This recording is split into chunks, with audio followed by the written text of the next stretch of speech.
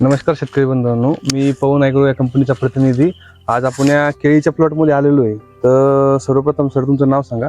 माझं वाल्मिक मारुती आवटे. बरं, तर तुमच्या केळीच्या प्लॉटमध्ये तुम्हाला काय समस्या आलेली सध्याच्या कंडिशन? समस्या आमचं हे खोड जाड होत नाही, म्हणजे बुंदा मजबूत करायचं क्वालिटी आहे त्याला. बरं. पण मग खोड जाड होत. बरं, म्हणजे बुंदा वगैरे मजबूत झाला पाहिजे आहे ना. हा बरं, आता हा प्लॉट तुमचा किती दिवस सध्या? आता हा 7-7.5 महिन्याचा. 7-7.5 महिन्याचा का? बरं. आता याच्यामध्ये तुम्ही खत वगैरे काही दिलं का इतक्यामध्ये काही त्याला? नाही, खत दिलेलं नाही आपण त्याला. काही बरं, काहीच दिलं नाही का? नाही, ड्रिपद्वारे पण काही दिलं नाही का तुम्ही? ड्रिपद्वारे फक्त कॅल्शियम आणि बोरॉन हे चालू आहे.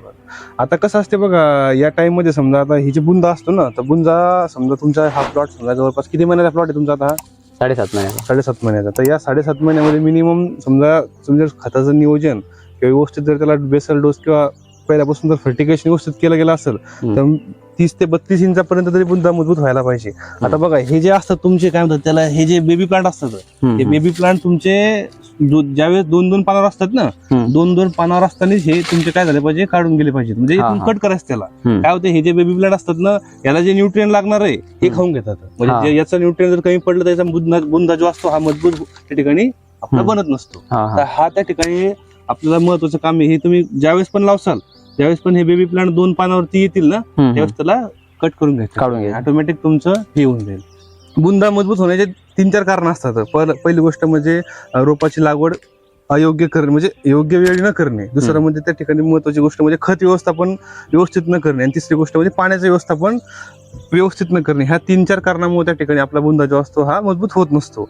आता तुम्ही याला काय करा, कंटिन्यू पाणी ठेवा.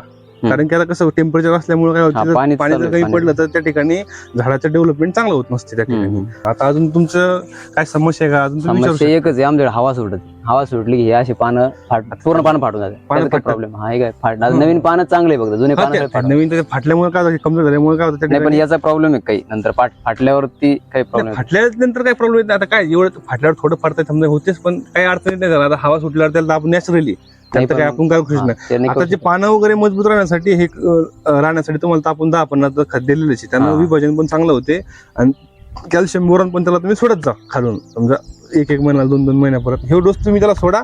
डोस सोडल्यापासून तुम्हाला 7-8 दिवसात 10-15 दिवसामध्ये लगेच फरक दिसेल. ग्रीनरी पण येऊन जाईल, बुंद्याचं डेव्हलपमेंट पण चांगल्या प्रकारे तुम्हाला त्या ठिकाणी आपल्या प्लॉटमध्ये दिसून येईल. अजून काय समस्या आहे का तुमच्या? फक्त जेवढे पण बेबी प्लांट आहेत तुमच्या याच्यावरती, हे सगळे बेबी प्लांट तुम्ही त्या ठिकाणी काढून घ्यायचे. कारण की ते जे खत असते ना, आता या ज्या झाडाला खत लागणार हे बेबी प्लांट खाऊन घेणार. आता बेबी प्लांट जर त्याचं अन्न जर उचल कमी प्रमाणात केलं तर त्याचं डेव्हलपमेंट कमी होतं साहेब त्या ठिकाणी. आता हा पण बघा बुंदा किती छोटा राहून गेला. बादच आहे ते, मुळात बादला नंतर तेच ना. मग एक समान लावायचे कधी पण रोपची लागवड वगैरे जे असते आमची पहिले लावायची आणि हे करायचं, म्हणजे टाइमला लागला गेलं पाहिजे. तुम्ही आता एक तर तुम्ही जून-जुलै मध्ये लावा, एक तर ऑक्टोबर-नोव्हेंबर मध्ये लावा, नाही एक तर मे महिन्यामध्ये लावा. हा त्याचा टाइम असतो पिरियड, या टाइम मध्ये लावला गेलं पाहिजे. आणि पहिल्यापासून तर लास्ट पर्यंत त्याचं जे म्हणजे काय असते म्हणजे ट्रीटमेंट हे व्यवस्थित दिलं गेलं पाहिजे.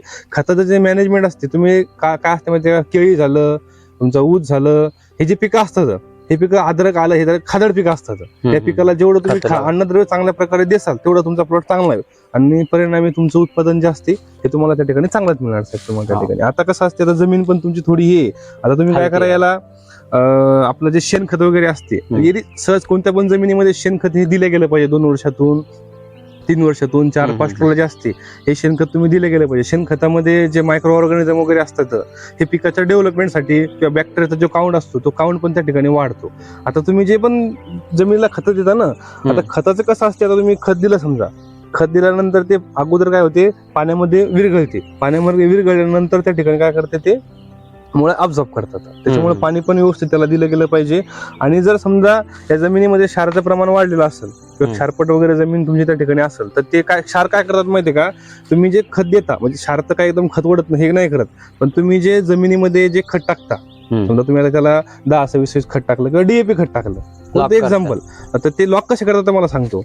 लॉक त्याच ठिकाणी असे करतात, खत टाकल्यानंतर जमिनीचा जो pH असतो म्हणजे पीएच जर वाढलेला असेल 8.5च्या पुढे जर तुमचा पीएच त्या ठिकाणी गेलेला असेल तर ते काय करतात, समजा तुम्ही एक वाटीमध्ये मिठाचं पाणी घ्या, त्याच्यामध्ये आंब्याचे फोड टाका, लगेच पाणी सगळं ओढून घेते ते. तसं हे काय करतात की जमिनीमध्ये क्षारचं प्रमाण वाढलेलं असेल तर क्षार काय करतात, पाणी ऑब्झर्व करतात. आणि जोपर्यंत जे मी त्याला खत दिलं ते खत जोपर्यंत त्या मुळाचे पाणी असते, मुळा संपर्कात येत नाही पाणी जे असते ना, पाणी आपलं पाणी काय करतात, पाण्यामध्ये ते खत विरघळतात, म्हणजे मिक्स होते. आणि जोपर्यंत ते पाण्यामध्ये खत मिक्स होत नाही तोपर्यंत मुळा काय करतात, खत घेऊ शकत नाही, ते पाणी ऑब्झर्व करतात. आणि पाण्यामध्ये जेवढे पण न्यूट्रिएंट असतात ते त्या ठिकाणी ओढतात तुमच्या जमिनीमधले. आणि जर समजा तुमच्या जमिनीमध्ये त्या ठिकाणी जर क्षारचं प्रमाण वाढलं असेल तर ते पाणी क्षार काय करतात, पूर्ण पाणी ओढून घेतात.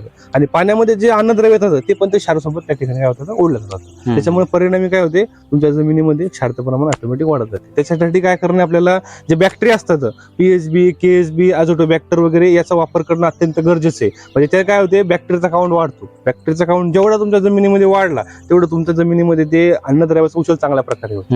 आता फॉस्फरस झालं, पोटॅश झालं, आपल्या जमिनीमध्ये ऑलरेडी भरपूर मात्रा, म्हणजे पोटॅश भरपूर मात्रामध्ये आपल्या जमिनीमध्ये, फॉस्फरसची कमतरता आहे, पण ते चांगल्या प्रकारे पिकाला लागू होण्याचं काम हे बॅक्टेरिया करतात. बॅक्टेरिया जर जमिनीमधले कमी कमी होत गेले तर तुमची जमीन नापीक किंवा बंजर होते. त्याच्यामुळे कधी पण बॅक्टेरियाचा वापर करणं अत्यंत गरजेचं आहे. त्याच्यामध्ये तुम्ही अझोटोबॅक्टर, पीएचबी, केएसबी, ट्रायकोडर्मा वगैरे जे असतात, बुरशी वगैरे, मित्रबुरशी ना, ही ट्रायकोडर्मा मित्र बुरशी असते, तुमच्या जमिनीमध्ये जे मर वगैरे लागते या बुरशीला खाण्यात त्या ठिकाणी ते काम करत असतात आपल्या ठिकाणी. तर हे असं तुम्ही जर नियोजन पद्धतीने जर तुम्ही व्यवस्थित केलं तर खूपच त्या ठिकाणी तुमचं प्लॉट एकदम चांगला होऊन जातो.